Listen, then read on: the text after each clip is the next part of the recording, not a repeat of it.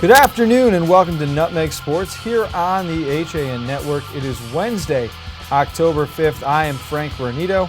Donald Eng is off today. Dave Stewart will join us in a little while, but we have a lot to cover on today's episode of Nutmeg Sports, including highlights and interviews from yesterday's field hockey game between Darien and Wilton, a preview for this afternoon's volleyball matchup between Fairfield Ward and the Ridgefield Tigers in a battle for sole possession of second place in the FCX, which will be seen here on the HAN Network. We have a testimonial dinner tonight for former FCX Commissioner John Kutzo and his Vice Commissioner Ralph King. Dave Stewart will tell us more about that. And of course, as always, we will have scores and breakdown from the rest of the FCX action that took place yesterday.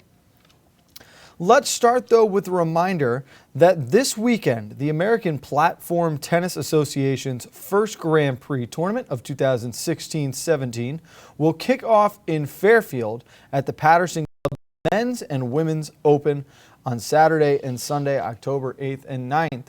That will take place at 1118 Cross Highway. The event will draw 64 men's doubles teams and 32 women's doubles teams from the local region and across the country. Similar to the Grand Slams of tennis and golf's majors, the APTA Grand Prix series of five high-level tournaments was introduced last year, giving top and mid-level players the chance to compete for valuable national ranking points and qualify for the end-of-season Vikings President's Cup. Spectators are welcome at no charge, and live streaming will be available at www.platformtennis.org. Top competitors will include Norwalk's Mark Parsons, the director of rackets at the Sewanee Country Club in Bronxville, New York. Parsons, a three-time men's national champion and 2016 men's national finalist, along with his partner Johan Durant of Wayland, Massachusetts, who was also a three-time men's national champion and a 2016 finalist. Making his platform tennis debut is recently retired tennis professional Eric Buterak, who has won 18 ATP World Tour doubles titles and reached a career-high world ranking in the doubles game at 17. Honored at this past U.S. Open for a successful 13-year career, Buterak, a new resident of Cos Cob, will take his tennis talents to the platform tennis court with partner Trevor Spracklin of Alexandria, Virginia, number 47 in the APTA National Men's Rankings. On the women's side of the 2016 national champions, on the women's side of the tournament, we have the 2016 national champions Gabriela Nuescla of Norwalk, who's the pro at Millbrook Club in Greenwich, and her partner Martina Andrzejokova of Stanford, the pro at Weburn Country Club in Darien. Also vying for a title in the points are 2016 women's national finalist Cynthia Dardis of Stanford. She's the pro at Stanwich Country Club, and her partner Amy Schrey of Wilton, the pro from Woodway Country Club in Darien. The men's team with the most Grand Prix points at the end of the series will win the Men's Blanchard Cup, named for the sport's founders Fessenden Blanchard, and the women's team points leaders will win the Women's Childress Cup, named for the Childress family, a tennis and platform tennis dynasty. The four remaining Grand Prix tournaments will take place in Chicago, Cincinnati, Boston, and Short Hills, New Jersey.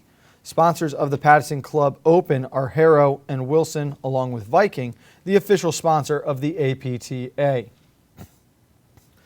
The American Platform Tennis Association, www.platformtennis.org, is a 501c3 nonprofit organization that governs the sport for all 17,000 of its members. The APTA sanctions more than 180 annual tournaments, including 26 national championship events, provides national rankings, maintains official rules and etiquette, and regulates standards for paddles, balls, and courts alike.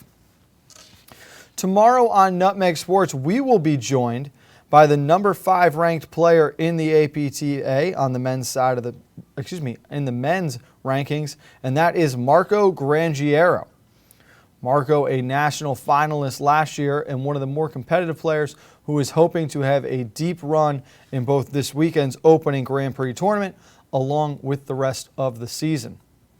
We'll also be joined tomorrow by Joe Buffard of Football University.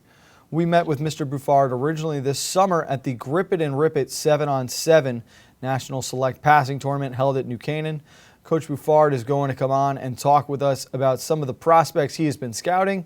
Tariq Black, who just announced he will be playing in the Army All-American Bowl game this year, as well as 16 players from Connecticut who will be heading down to the National Combine in San Antonio for the high school level to see who will be playing at the D1 level as well as the other competitive collegiate levels.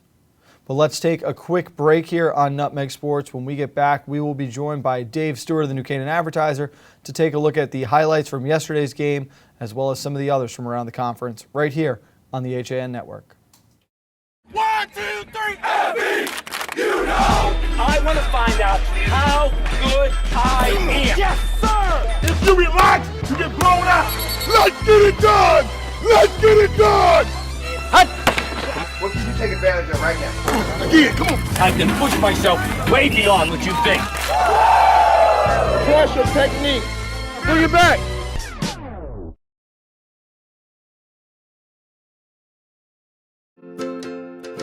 Connecticut is coming back to hometown banking, to a partner that makes small businesses feel big, where community comes first, where high-tech tools go hand in hand with a human touch, where you get the know-how only neighbors can deliver, where saving time is important too. It's time to expect more. It's time to bank well, bank smart, bank local, bank well. Have a sports injury or a slip and fall that needs immediate care? Coastal Ortho Express Urgent Care gives you direct access to an orthopedic specialist fast, without an appointment. Biking, golf, tennis, soccer, whatever the sports injury is, sprain or fracture, Coastal Ortho Express can help. Coastal Ortho Express Urgent Care, open Monday through Saturday, now in 2 locations. The iPark building at 761 Main Avenue in Norwalk and 36 Old Kings Highway South in Darien. Or go to coastalorthoexpress.com, like them on Facebook. At Mex on Main, Trumbull's very own Mexican grill, we're all about fresh, fast, and friendly service. Our Main Street restaurant offers the best in traditional and non-traditional Mexican dishes, with only the best ingredients, never frozen. From authentic burritos, fajitas, quesadillas, and salads, we have something on the menu for everyone in the family. And enjoy our open salsa bar, giving you more ways to customize your meal. Stop in for lunch or dinner at 6528 Main Street, Trumbull, or find out more at mexonmain.com.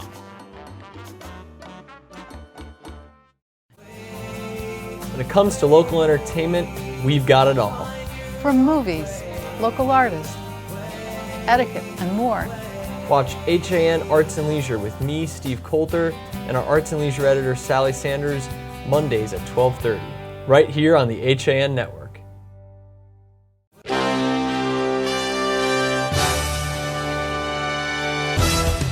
Give your day a jumpstart with the latest news, sports, weather, and more on Coffee Break, live on the HAN Network, weekdays at 11 a.m.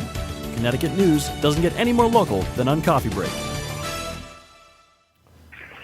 Welcome back to Nutmeg Sports here on the HAN Network. It's Wednesday, October 5th. I'm Frank Granito, alone in the studio, but we go to the phones now where we welcome in the sports editor for the New Canaan Advertiser. That's Dave Stewart.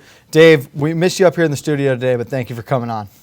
Well, life happens sometimes, so at least I was able to make it by phone. It's a good time of the season. So it's greatly appreciated. We're really happy you could get on. I mean, we had a great one in field hockey yesterday. AJ Simonowski and I were talking about it during the call. It is hard to believe that we are already past the halfway point for a lot of the fall sports seasons. it does. It moves quick. It moves quicker, really. If you think about it, cross country, the championship's in 2 weeks for the FCAC. So they're down to the final couple of weeks here, and it does move. It does move quickly. It's over before you know it. So we've a lot of teams are starting to really gear up for their playoff drive, and others just trying to scramble to make it in. So it'll be an interesting next 3 to 4 weeks to see how things pan out. And that's right. We do have the cross-country championships coming up. That's on October 19th. We're literally only 2 weeks away, which is scary to think about. But we were live yesterday at Tom Fujitani Field for field hockey at Wilton High School, two of the top teams in the FCX. Wilton falls behind 1-0 against Darien, and then they had to do something that no other team had done all season. That was score more than one goal in a game. The Warriors rattled off the next 3 on their way to a 3-1 victory to knock off the previously unbeaten Darien Blue Wave. Let's take a look at some of the highlights from that game. Elders to inbound again. They go give and go, tried the one-timer, ends up in front, shot on goal, and they score. It's Giannunzio waiting right there in front.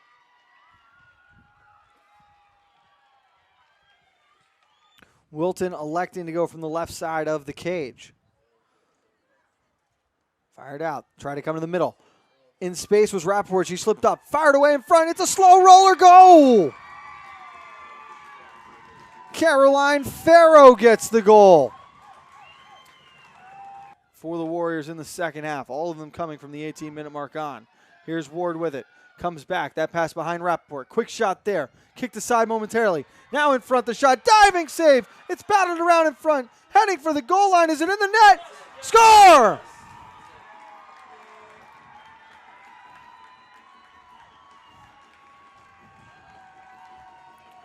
And the knowing blast from the HAN cruiser signaling the goal for the Warriors. Several Warrior players around the net. We'll do our bit there. Kaplan stepped up. Rappaport with it again. Trying to fight her way to the net. It's open in front and it goes in!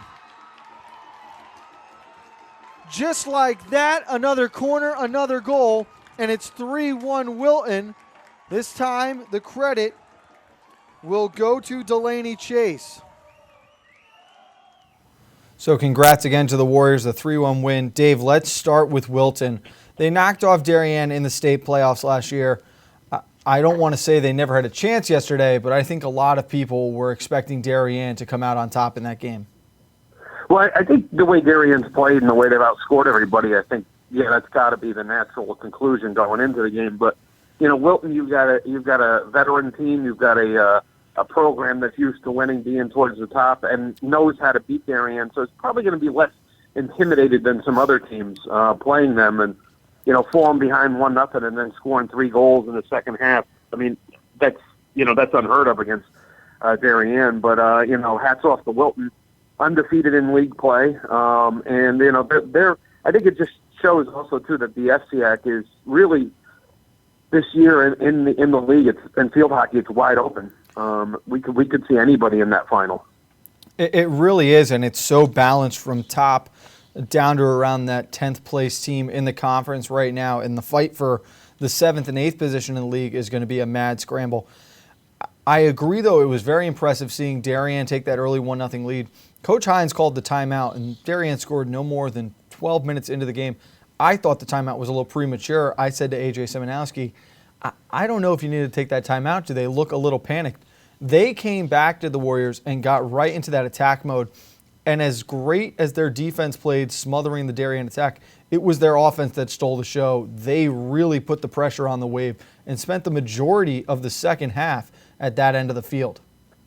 Yeah, we saw a little bit of that with Darien in the New Canaan game. They won that one 3-1. They had a 3-0 lead early in the second half, but it seemed like as that game went along, New Canaan was more, it was pretty much dominating the time of possession. And, if it wasn't for the play of the defense, Darien's defense, and a couple of, great saves and a great defensive play by, I think, Matthias, that Darien, that might have ended up being a tie or even worse for Darien. But, give them credit, they held on in that one. But second half hasn't necessarily been kind, at least in those 2 games so far. So you wonder if that's going to be a trend for Darien or if they'll just continue to roll like they've been. No, and it was most shocking. Another interesting turn in the game came with a timeout. Coach Minikis used a timeout in the first half because Darien just wasn't completing passes the way we're used to. The sloppy play was picking up. 2 minutes out of the timeout, it was Wilton that scores the goal, and after that, Darien never looked the same. Our Steve Buno was down on the sidelines after the game. He got to talk with some of the coaches and players. Let's see what they had to say following that game. You want to talk about this in terms of last time you met? Last time, yes. I knew Darien would be out for some revenge this year because last year we upset them in the state quarterfinals. So, between us, it's always a great match. So no matter if it's the regular season or in the playoffs, it's always going to be a good game. So Mo Minicus has lost for the first time this year, and anyone that beats Darien is very proud of themselves. Should they be proud of themselves today? They should be proud of themselves because they were tougher in their offensive circle. I think that's where we let up too many defensive corners in our defensive 25. I don't think we were tough enough. I think they were more aggressive. Certainly a numbers up situation, we broke up some nice corners, but the ball went right back to their support, and now we're not 7 on, it's really 9 on 3, and they did a good job at finishing. I think we needed to do a better job at stepping up and being more aggressive to get that ball out of the circle and do what it takes to not let that ball get in. Who are your stars of the game?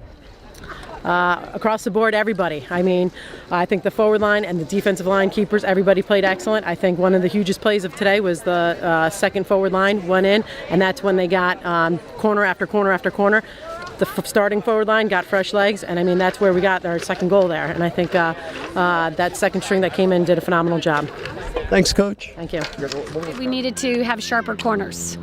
Our inserts, our receptions weren't sharp, which broken up the play. And I was happy with our play between the two 25s, but that doesn't win or lose. It doesn't win a game. Meredith, Rappaport. Bridget Ward. And tell me about your keys to the game. Definitely teamwork and talking. We always pass up the ball. Passing is our biggest thing that we do. So teamwork. And connecting, whether it's communicating or passing, it's always, we have to work as a team in order to win. And what do you think broke through today for you guys? Because you did break through in the second half. Definitely, we have to give a big shout out to our fans, but we definitely picked up our intensity. We knew that we had to stay in the game, so we regrouped and just played our game how we normally do. How about those football players showing up? So those were the coaches of both Darien and Wilton, along with the captains from the Wilton team. Darien now 8-1-0 in the conference, Dave. They've got a five-game homestand coming up. They'll have Ridgefield, then Lakeland Panis. What do the Wave have to do now to bounce back and get back to their game? Well, I just think they just have to kind of regroup and really just kind of put this one behind them.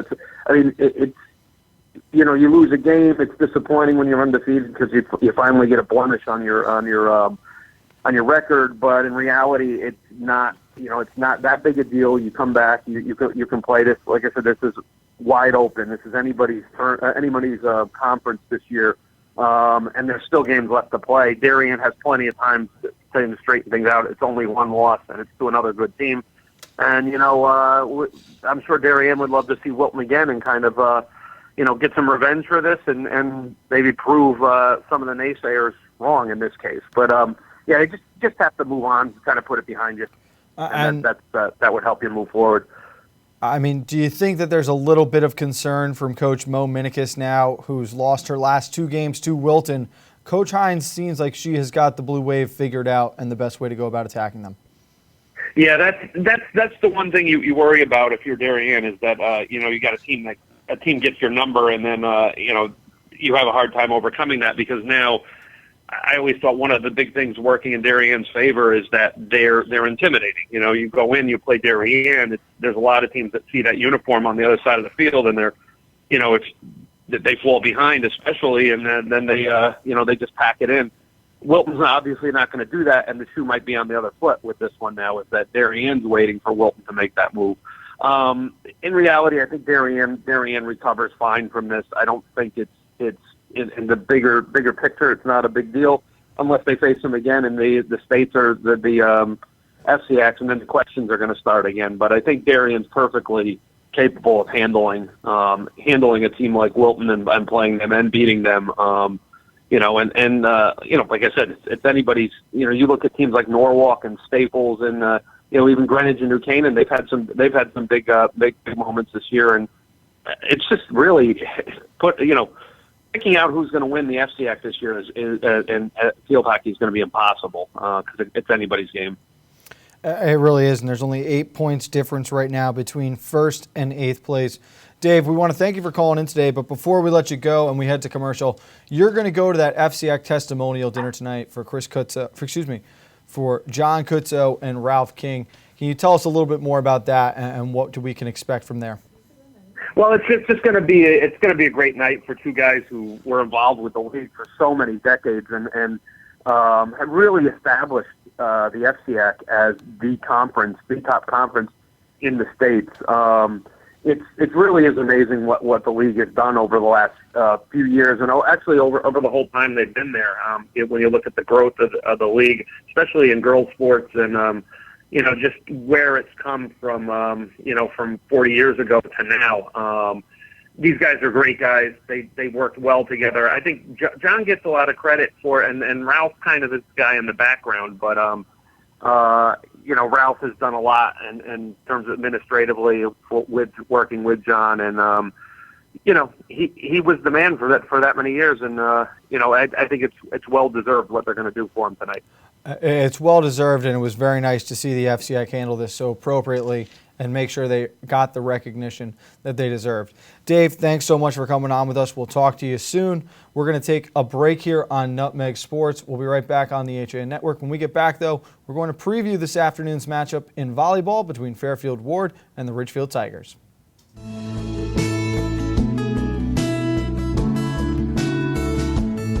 This is now 44 years I've been in this business. Digital came along. After I was in business for about 6 years, I had to totally reinvent the business. So I had to make a tremendous investment in my business. And Milford Bank was there for me. I don't really just consider Milford Bank a bank. I consider them a trusted partner in my business. My name is Jim Wilson, owner of Milford Photo. I choose to bank with Milford Bank.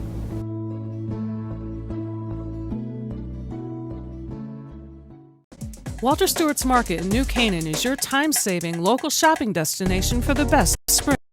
Many of your favorite products, great deals on everyday items to the freshest organic produce, artisanal cheeses, and grass-fed steaks. Drop off knives to be sharpened, grab a beautiful bouquet of spring flowers, and stop in next door for a wine tasting. Plus, their personable staff is always ready to lend a helping hand. So stop in to Walter Stewart's Market, 229 Elm Street today, or shop online at stewartsmarket.com. At InSports Trumbull, the game is always on inside. Recently renovated and home to one of Connecticut's largest indoor turf fields, InSports is a multi-sport recreation center providing state-of-the-art facilities for league play, camps, and youth programs. Players have access to soccer, lacrosse, football, baseball and softball, field hockey, rugby, basketball, volleyball, and social game facilities. InSports has also launched an early childhood development program, a daycare and pre-K program all rolled into one. Don't miss out on the fun. Find out more at insportscenters.com or call 203-268-1214. Like and follow us on Facebook. Hi, this is Leo Carl from Carl Chevrolet in New Canaan, and you've heard me talk about the Chevy Volt for years. The new model gets 53 miles on EV charge daily, plus 420-mile full range. But don't take my word for it. You need to come in and test drive the Volt yourself. Visit us at 261 Elm Street in New Canaan or online at carldirect.com. I'm John Kovach. I'm a newspaper editor. I'm a high school football coach. I'm a television presenter, and I want you to love fishing as much as I do. Tune in to Yankee Fisherman, Thursdays at 1 on the HAN Network. It's like going to the tackle shop without leaving your office. If you're watching this broadcast, you're not alone. The HAN Network is available for 200,000 Connecticut cable customers on the Frontier Network. And we've also reached 1.7 million viewers on our free live streaming sports, news, and entertainment broadcasts. To reach our rapidly growing audience, contact Advertising Director Jessica Murrin at 203-273-7312 or email jessica@han.network. We're back here for Nutmeg Sports on the HAN Network as we shift gears to volleyball now. Let's take a look at some of the scores from the 4 matches that were in action yesterday. Central shutting out Bassick by a score of 3-0. They're in the Hilltoppers, their first victory of the season. Danbury blanked Bethel by a score of 3-0. And Greenwich also able to hold off Joel Barlow 3-0 in that one as well. There was one FCIAC matchup, or at least a matchup featuring 2 FCIAC teams. That was Wilton and New Canaan. It went to a 5th and decisive set. Sophie Phelan was serving for the win. Our own JB Cousins was there to catch a piece of it.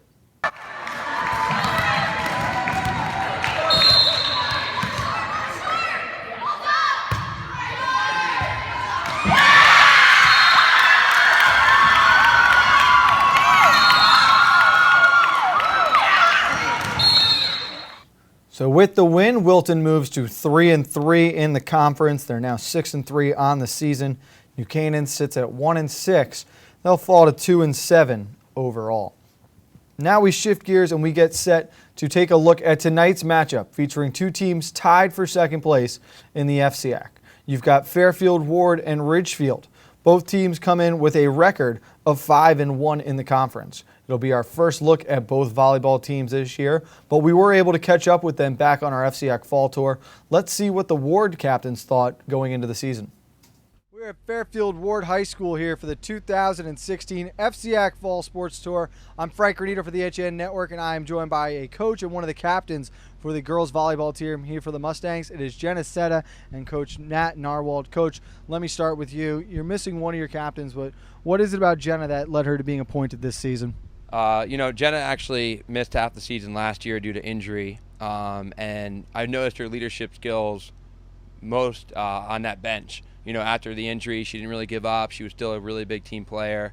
So I knew she was invested in this program, even though she couldn't be physically on the court. She was there, every day, working hard, getting the girls better. Jenna, you guys are wrapping up preseason. School starting tomorrow. You'll be on that regular schedule. What was the off-season practices like for the girls? We had a lot of open gyms and workouts throughout the year after we ended our season, and we just we tried really hard to work up to the Matt's expectations and do really well in the preseason so that our regular season can be good. Coach, you don't lose too many to graduation. You should be able to fill the gaps, but what is going to make this Ward team a special one compared to those of the past? We graduated 4 seniors last year, but the team that's coming back is really tight. The team unity, we only carry 10 this year. So we're a really tight squad, and what I really liked about these girls is, after the last day of cuts and the first day of practice, they were already having a team sleepover together. They were looking for that bonding experience. So as well as they're going to play together on the court, they're going to be, good teammates off the court as well. Jenny, you guys were able to beat your arch rival Ludlow last year for the first time. What was that experience like, and how do you build off that moving forward now?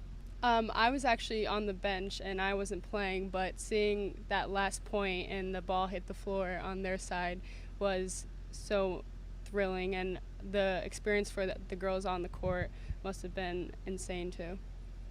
If you were going to set goals for the team this year, what do you want to accomplish as a group? We want to go undefeated and win states and FCACs. Coach, how is this team going to be able to accomplish what they want to this year? Well, like we're missing our other senior captain, Nicole Veccarella.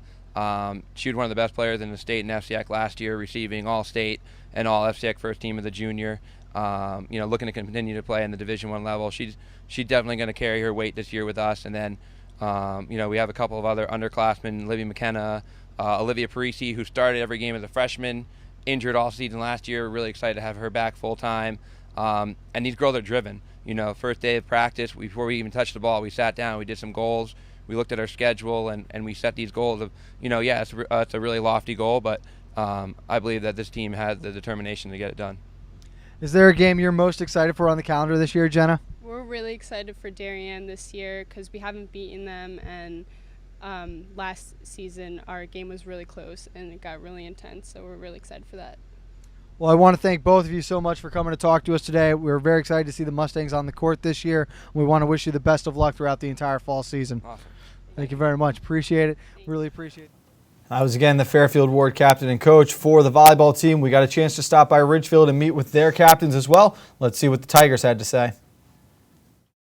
This is the HAN Network's 2016 FCAC Fall Tour. I am Frank Granito, and we are at Ridgefield High School with the volleyball captains and their coach. It's Elizabeth Middlebrook, Katie Leinekin, and Coach Sabert. Elizabeth, I'll start with you. You guys determined captains off of a team vote. How did it feel being nominated by your teammates?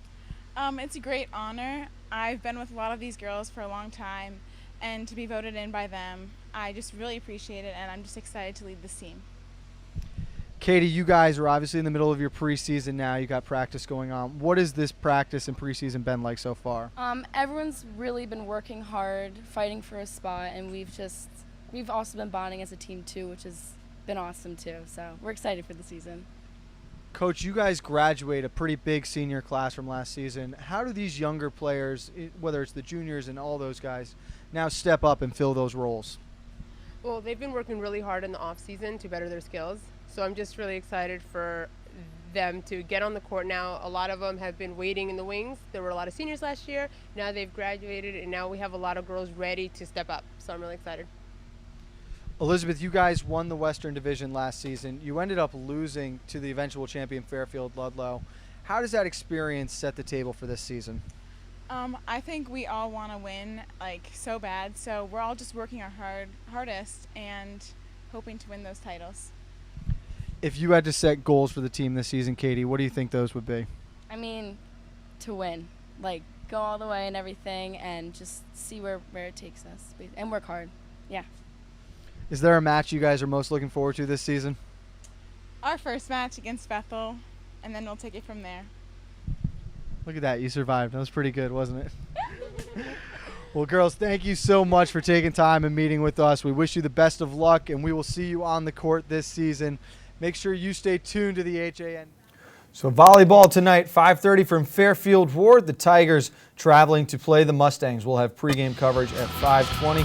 That's going to do it for this episode of Nutmeg Sports. We're back tomorrow. Don't forget coffee break at 11 with Kate Chaplinsky and the Yankee fisherman John Kovach at 1 o'clock, all right here on the HAN Network.